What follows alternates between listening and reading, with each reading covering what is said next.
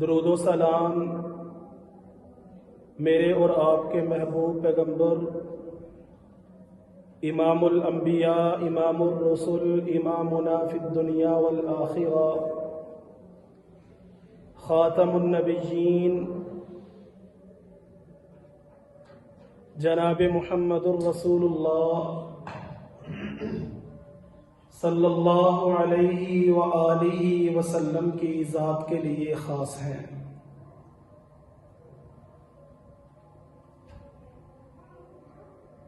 قابل قدر عزیز نوجوان بھائیوں، زندہ دل سفید ریش بزرگوں،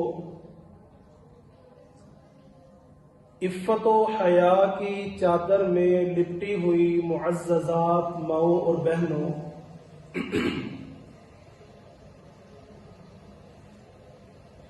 اسلام کا عملاً دار و مدار حیا پر ہے۔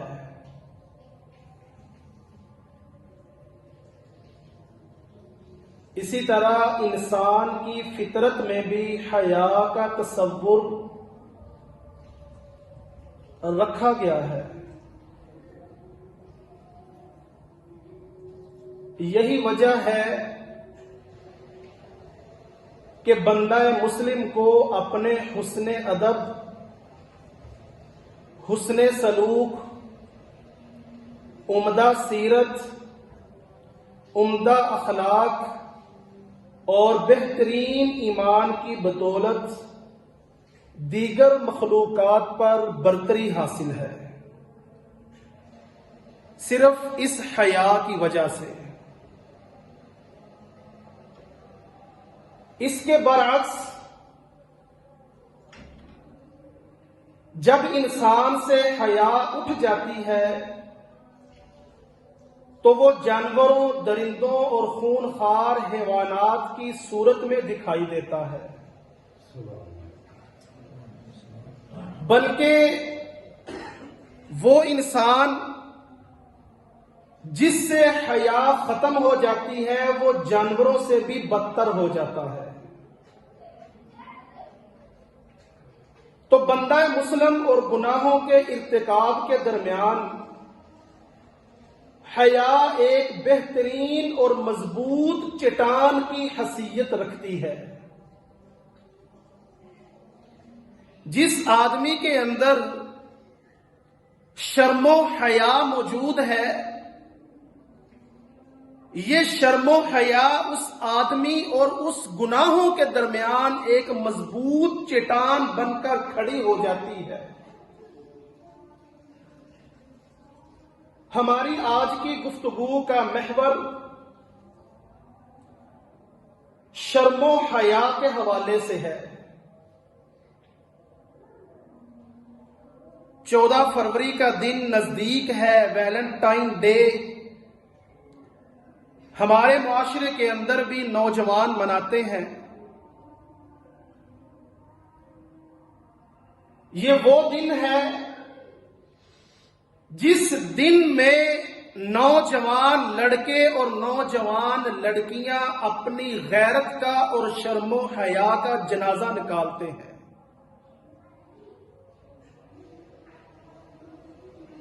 حیا کیا چیز ہے؟ حیا وہ خصلت ہے جو برے کاموں سے روکنے پر ہمیں آمادہ کرتی ہے اور حق والے کے حق میں کمی کرنے سے ہمیں روکتی ہے۔ اس چیز کا نام حیا ہے۔ اور جو آیت میں نے آپ کے سامنے تلاوت کی ہے، اس آیہ مبارکہ کے اندر اللہ رب العزت نے ہمیں کچھ کام کرنے کا حکم دیا ہے اور کچھ کاموں کو چھوڑنے کا حکم دیا ہے۔ ان اللہ یأمر بالعدل، بے شک اللہ تعالی ہمیں حکم دیتا ہے انصاف کا، والاحسان، اور احسان کرنے کا، نیکی کرنے کا، وَإِيتَاءِ ذِي الْقُرْبَى، اور اللہ رب العزت ہمیں عزیز و اقارب کو دینے کا حکم دیتا ہے۔ وَيَنْهَا عَنِ الْفَحْشَاءِ وَالْمُنْكَرِ، اور اللہ رب العزت ہمیں بے حیائی اور برے کاموں سے روکتا ہے۔ اللہ رب العزت نے ہمیں بے حیائی اور برے کاموں سے روکنے کا حکم دیا ہے، لیکن ہم ہیں کہ دن بدن ہمارے معاشرے کے اندر بے حیائی عام ہوتی جا رہی ہے۔ نوجوان ہیں، بے حیائی ان کے اندر کوٹ کوٹ کر بری گئی ہے۔ دین اسلام ہمیں حیا کا درس دیتا ہے، اور رسول اللہ صلی اللہ علیہ وسلم نے فرمایا ہر دین کی ایک امتیازی صفت ہے، اور دین اسلام کا جو امتیازی وصف ہے وہ حیا ہے۔ اور پھر رسول اللہ صلی اللہ علیہ وسلم نے یہ بھی ارشاد فرمایا ان من کلام النبوۃ الاولی، پہلی نبیوں کے کلام میں سے جو بات مجھے پہنچی ہے وہ یہ ہے اذا لم تستحی فاصنع ما شئت، جب تم میں حیا ختم ہو جائے پھر جو تمہارا دل چاہتا ہے وہ کر لو۔ پہلی امتوں کے نبیوں نے بھی اپنی امت کے لوگوں کو حیا کا درس دیا ہے، اور رسول اللہ صلی اللہ علیہ وسلم تک بھی یہ بات پہنچی ہے اذا لم تستحی فاصنع ما شئت، جب انسان کے اندر شرم و حیا ختم ہو جاتی ہے پھر انسان آزاد ہے، وہ جو اس کا دل چاہتا ہے وہ کر گزرتا ہے، اسے کوئی پوچھنے والا نہیں ہوتا۔ اور پھر رسول اللہ صلی اللہ علیہ وسلم نے